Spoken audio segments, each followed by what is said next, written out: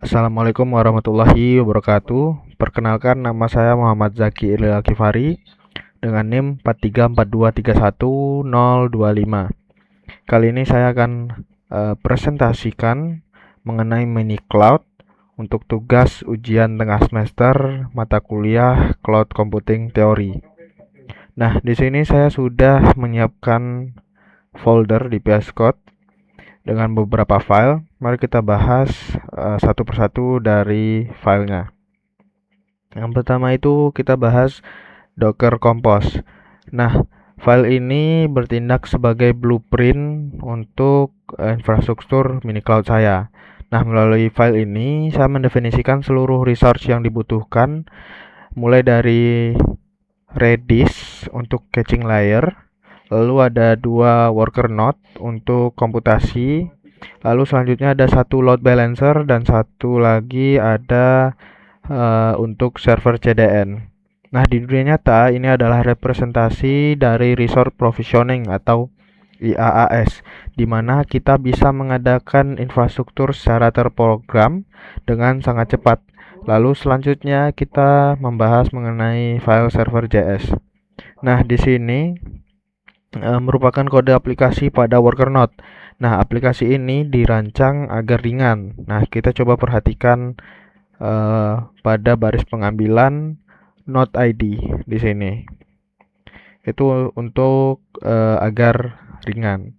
Nah, ini adalah implementasi prinsip less couple yang mana kode yang sama persis digunakan oleh node 1 dan node 2, dan yang membedakan hanyalah variabel lingkungannya saja. Selain itu, di sini kita terdapat logika caching menggunakan Redis. Jadi sebelum server melakukan komputasi berat, ia akan mengecek apakah data sudah ada di cache. Ini adalah pembuktian performa untuk meminimalkan beban CPU pada server utama. Lalu selanjutnya ada file engines. Nah, ini fokusnya untuk load balancing dan fault tolerance. Nah, ini berperan sebagai load balancer. Nah, bagian terpenting ada pada blok upstream di sini. Nah, di sini saya mendaftarkan worker 1 dan worker 2. Nah, engine akan bertindak sebagai entry point yang membagi beban traffic secara round robin ke kedua node tersebut. Konfigurasi inilah yang nantinya memungkinkan arsitektur kita memiliki sifat fault tolerance. Jika satu node mati, engine akan mengalihkan traffic ke node yang masih hidup. Lalu selanjutnya ada Docker file. Nah, ini berisi instruksi untuk membangun image container di aplikasi kita. Nah, saya menggunakan base image node versi Alpine yang sangat ringan seperti di sini. Nah, disinilah prinsip isolated dari teori ideal terbukti. Aplikasi dependensi dan sistem operasinya dibungkus menjadi satu kesatuan yang terisolasi sehingga tidak akan ada konflik dengan sistem di laptop saya atau kontainer lainnya. Lalu selanjutnya indeks HTML. Nah, di indeks HTML ini sendiri tidak diletakkan di worker node utama, melainkan disajikan oleh container engines terpisah yang berjalan di port 81. Nah, ini adalah simulasi dari Content Delivery Network atau CDN dengan memisahkan penyajian aset statis dari server backend. Nah, kita mempercepat distribusi data ke pengguna dan menjaga agar worker node komputasi tidak kehabisan resource. Untuk itu, selanjutnya kita mulai untuk eksekusi mini cloud-nya. Yang pertama kita harus menyalakan dockernya dahulu dengan cara docker compose app min d. Oke, udah started. Kita bisa lihat di sini sudah berjalan 7 second yang lalu. Jadi kalau kita mau ngecek di sini juga bisa dengan cara docker ps di sini. Nah, created status. Oke.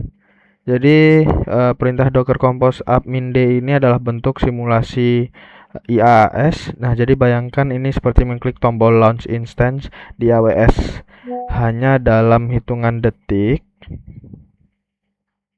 Hanya dengan hitungan detik, saya berhasil menyediakan 5 resource komputasi yang saling terhubung. Ini juga membuktikan konsep ideal infrastruktur isolated.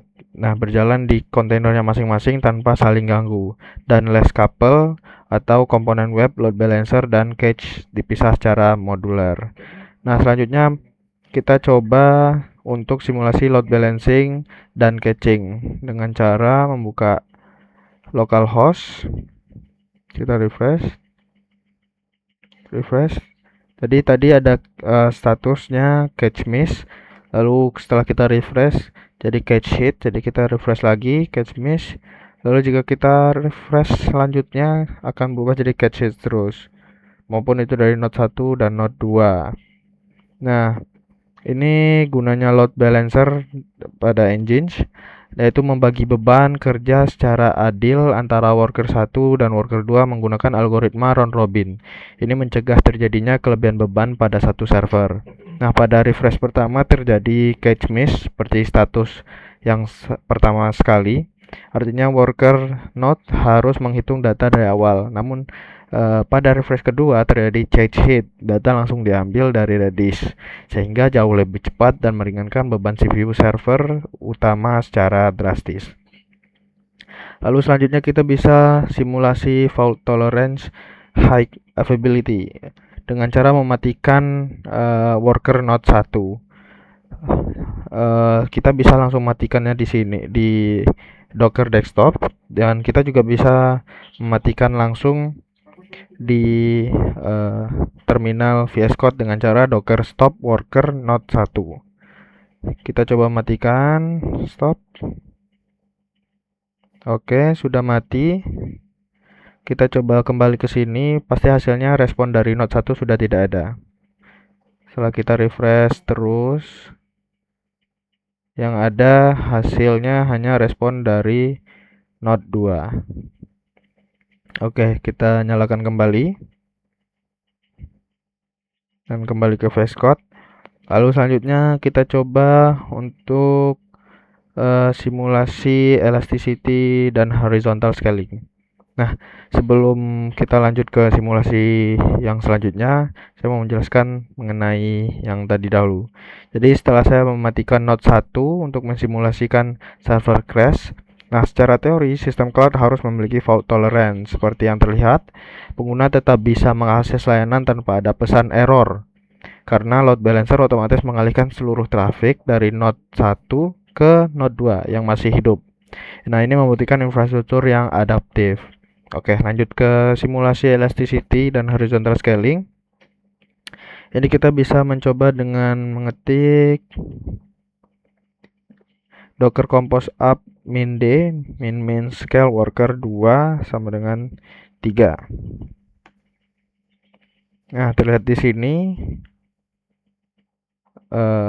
worker 2 dan worker 2 3 itu started, artinya mereka akan segera aktif.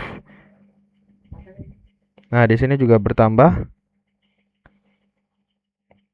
Nah, ini adalah demonstrasi horizontal scaling atau scale out. Saat ada lonjakan pengunjung, saya menambahkan jumlah server, yaitu replika worker 2 menjadi 3 buah. Seperti yang tertera, ada 3 buah. 1, 2, 3. Nah, secara instan tanpa perlu membuktikan sistem utama, infrastruktur cloud berarti bersifat elastik. Nah, perbedaan utamanya horizontal scaling berarti kita menambah jumlah server fisik atau virtualnya, sedangkan vertical scaling atau scale up berarti kita menambah spesifikasi RAM atau CPU pada satu server yang sudah ada. Lalu selanjutnya kita coba untuk simulasi content delivery atau CDN dengan cara mengakses seperti yang tadi yang di port 81.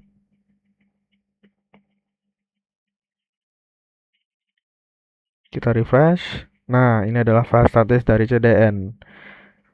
Nah, di port 81 ini saya mensimulasikan peran CDN dan file statis seperti HTML, CSS, atau gambar disajikan secara terpisah dari server aplikasi. Nah, di dunia nyata, CDR menyimpan cache file statis ini di server lokal terdekat dengan pengguna, sehingga distribusi konten menjadi sangat cepat dan aplikasi utama tidak terbebani oleh request. Nah, setelah kita mencoba mensimulasikan semua tugas yang diberikan, sudah sampailah di tahap akhir, yaitu kita mematikan Dockernya dengan cara Docker compose down.